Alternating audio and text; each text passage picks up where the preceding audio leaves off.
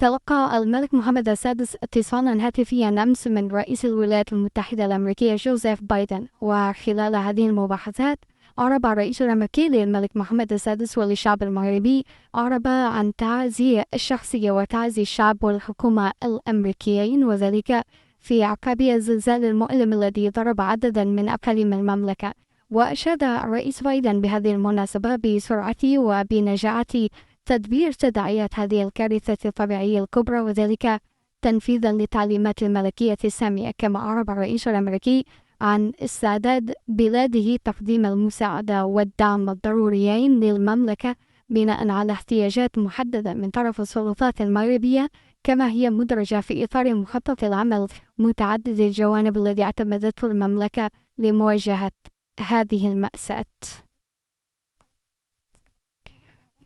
أكد رئيس الحكومة عزيز زخنوش أن الحكومة بصدد بلورة الآليات الكفيلة بجعل عملية إعادة بناء المنازل المدمرة بالمناطق المتضررة من زلزال الحوز تمر في ظروف نموذجية. وقال زخنوش عقب الاجتماع الثالث للجنة بين الوزارية المكلفة بوضع برنامج استعجالي لإعادة تأهيل وتقديم الدعم لإعادة بناء المنازل المدمرة على مستوى المناطق المتضررة من الزلزال، قال إن هذا الاجتماع شكل مناسبة للوقوف أولا على الآليات الكفيلة بالتنزيل المثالي لهذا البرنامج الاجتماعي تماشيا مع توجيهات الملك محمد السادس، وتنفيذا للتدابير التي أعلن عنها يوم